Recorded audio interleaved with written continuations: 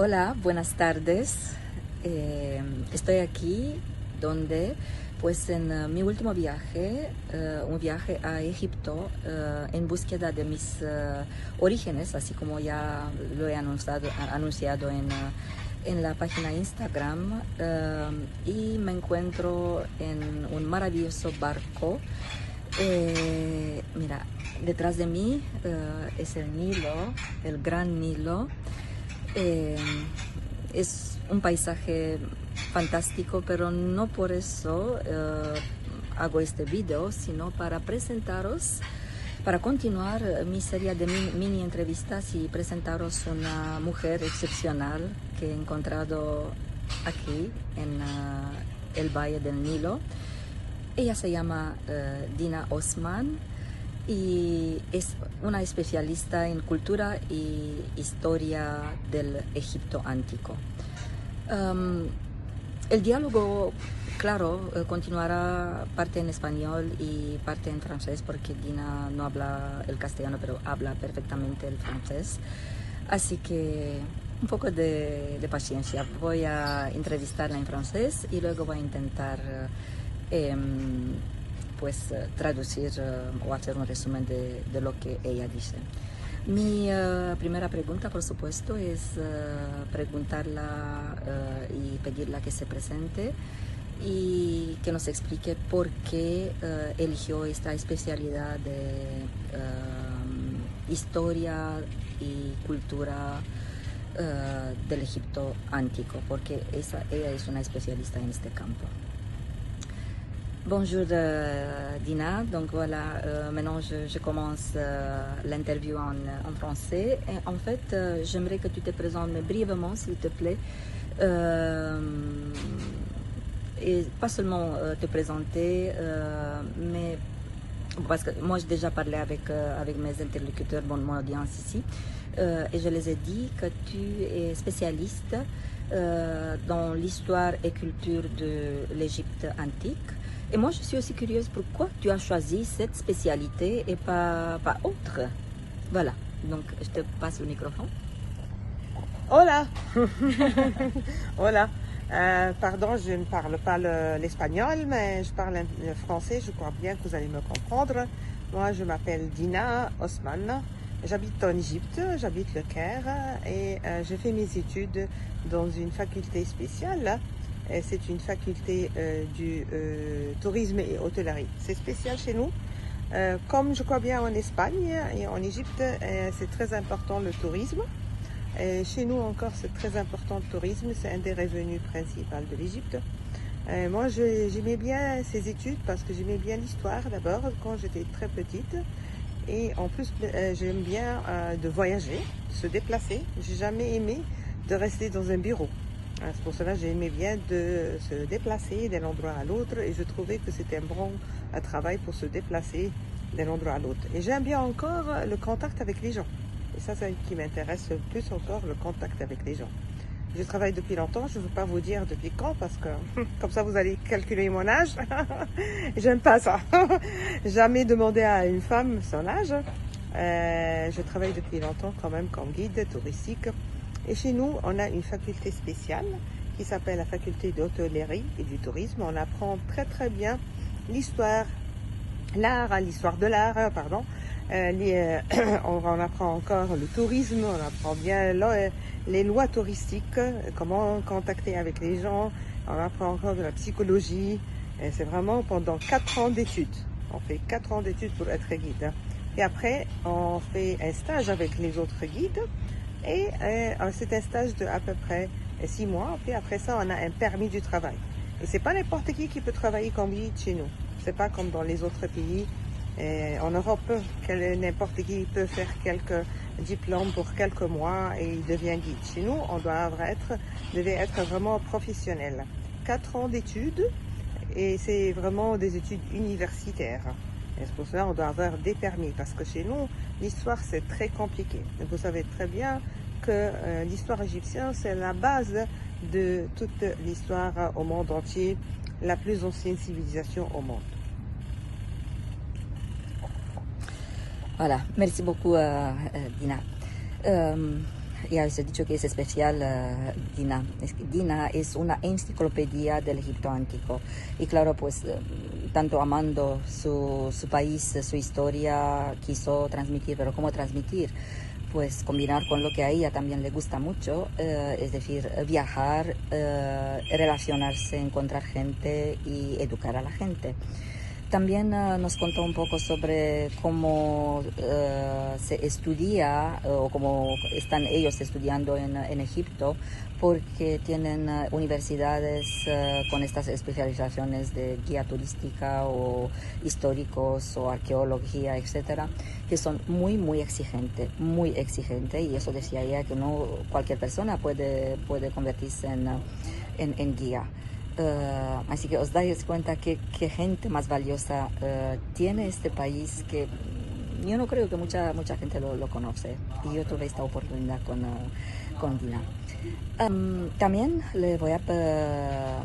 porque es que tenemos tantas cosas que hablar y tantas cosas que yo contaros, y lo voy a hacer en una entrevista, bueno, como siempre he prometido también en mis antiguos, no antiguos, es lo antiguo, en mis diálogos anteriores con vosotros, más adelante, sobre finales del año. Ahora quiero simplemente daros una impresión. O sea, voy a ir directamente al grano con otra cuestión mía, porque parte de mi razón por estar aquí en Egipto es buscar mis orígenes y buscar mis orígenes como mujer.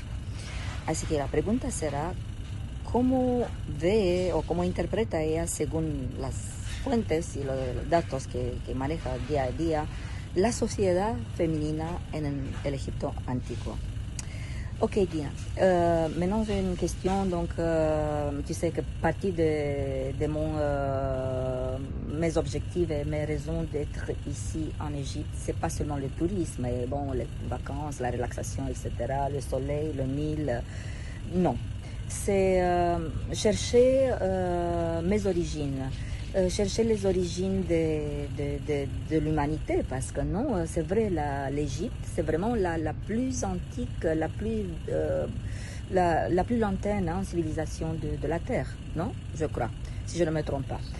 Et particulièrement parce que j'ai plein de messages à diriger aux femmes, surtout aux femmes qui me suivent. Comment c'était, ton interprétation, non, des spécialistes, les femmes en Égypte. Je sais que parler de femmes en Égypte, c'est parler de, je ne sais pas, la première dynastie jusqu'à, j'ai aucune idée combien de dynasties on était. C'est un intervalle de milliers d'années, mais quand même, une petite impression pour tout le monde, hein, parce que c'est vraiment très important. Pas seulement Ramsès et les autres, parce que Ramsès, je vous dis, hein, Ramsès c'est quelqu'un. Mais il y a aussi des autres femmes, hein, pharaons, qu'on peut parler. Mais moi, je vais parler en général de toutes les femmes, des femmes ou de la civilisation féminine de l'Égypte antique, s'il te plaît. Hola, de nouveau, hola. Bien sûr, la femme, toujours, elle était soumise au temps des anciens pharaons. Ce sont des temps des anciens Égyptiens. Non, c'est pas vrai. La femme, elle avait toujours un rôle très important. Au contraire, par exemple, toujours, si vous venez, bien sûr, j'espère bien que vous venez visiter l'Égypte, visitez le musée du Caire, le musée de la civilisation, vous allez trouver comment la femme était très importante au temps des anciens pharaons. Elle avait tous ses mains, bien sûr, ses droits. Elle avait encore tous ses beaux vêtements, ses maquillages, des outils pour les toilettes.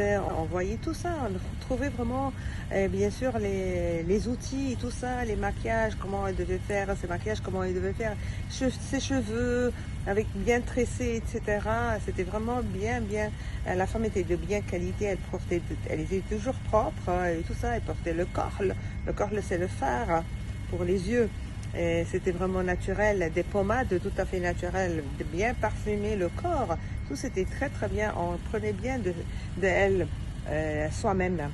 Et bien sûr les vêtements, les perruques et tout ça. Et en plus ça c'est vraiment la vraie femme. Mais en plus encore, la femme elle devait avoir des grandes autorités.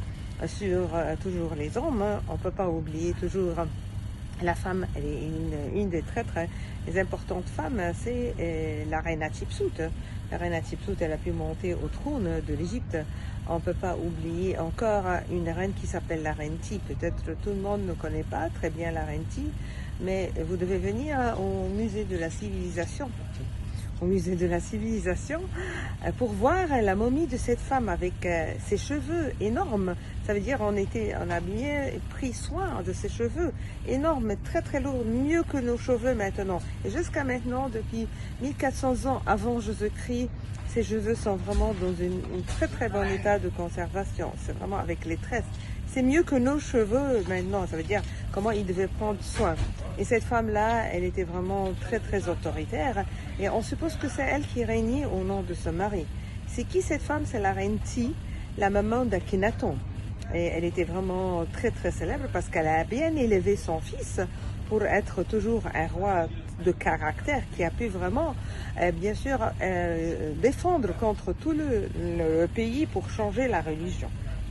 Et ça, c'est quelques exemples, bien sûr, parce que pour en parler de l'histoire, il y en a beaucoup, beaucoup d'exemples.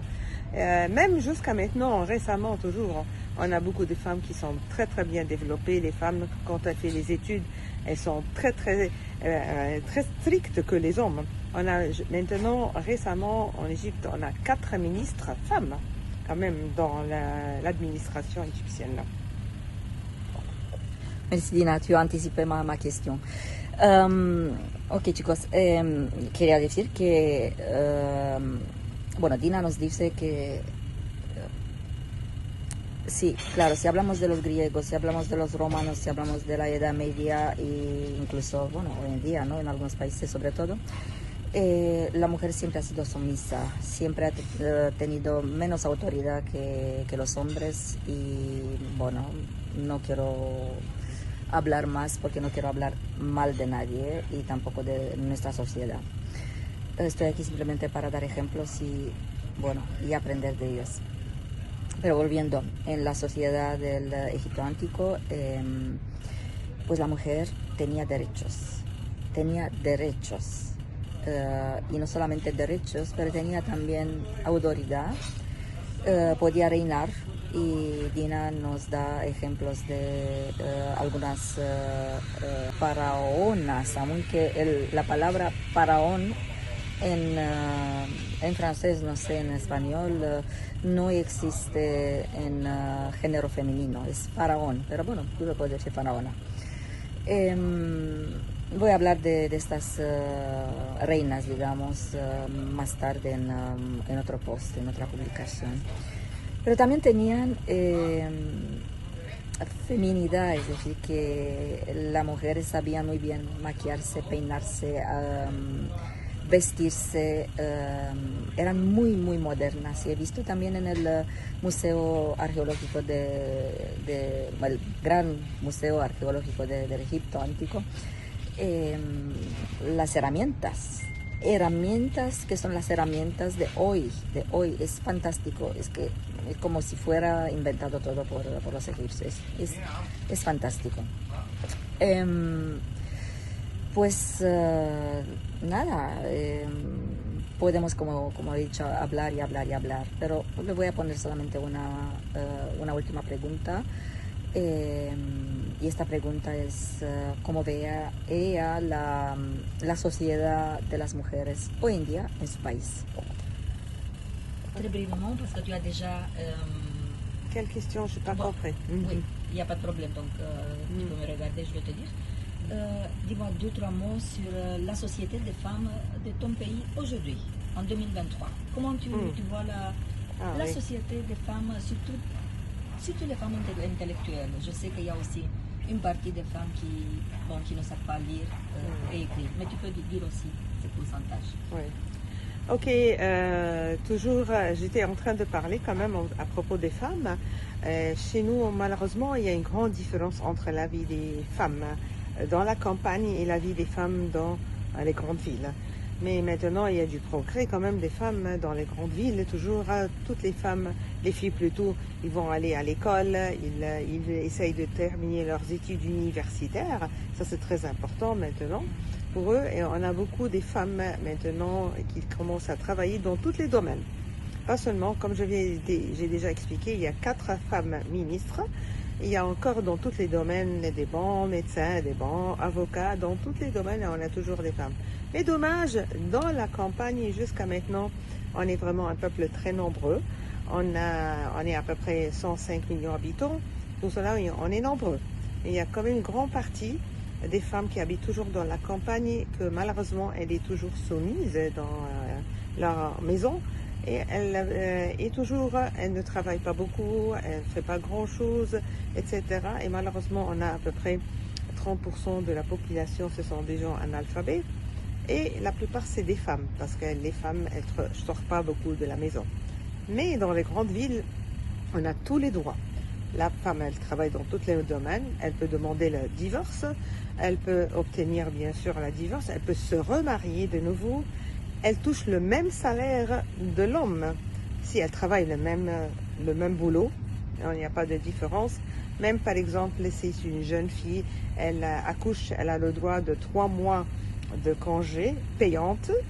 Elle peut quand même encore avoir 2 ans de congé sans payante pour avoir, par exemple, pour élever son bébé. Et voilà, elle garde toujours sa position. Cela, pour nous, ici en Égypte, on a tout le droit pour femmes. Mais on doit être bien sûr bien faire les études et tout ça. Et ça veut dire comme ça, on peut trouver un bon boulot. Gran merci, Dina.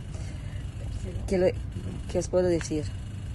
Que sí, en Egipto es sorprendente, pero las mujeres, aún analfabetas, tienen derechos, tienen más derechos que en los otros países árabes, ¿no? Tienen también un porcentaje bastante elevado de mujeres intelectuales, y eso os digo yo porque ya he conocido muchas. No sé, me fascina, este país me fascina, y lo voy a presentar en algún evento sobre finales de este año. Voy a dar una presentación bastante detallada porque merece la pena conocer. Porque nuestra impresión, sobre todo sobre los países de África, sobre los países del mundo árabe, es un poco distinto. No sabemos exactamente qué pasa aquí, y sobre todo lo que pasa con las mujeres. Es que miramos demasiado la tele, yo qué sé.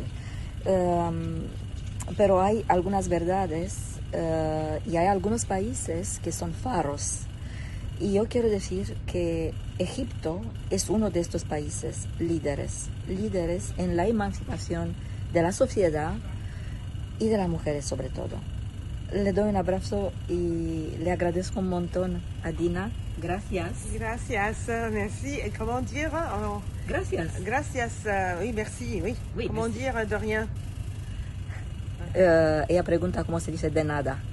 De nada. De nada, de nada. Bye, hola, de nada. Bueno, nos vemos, chicos.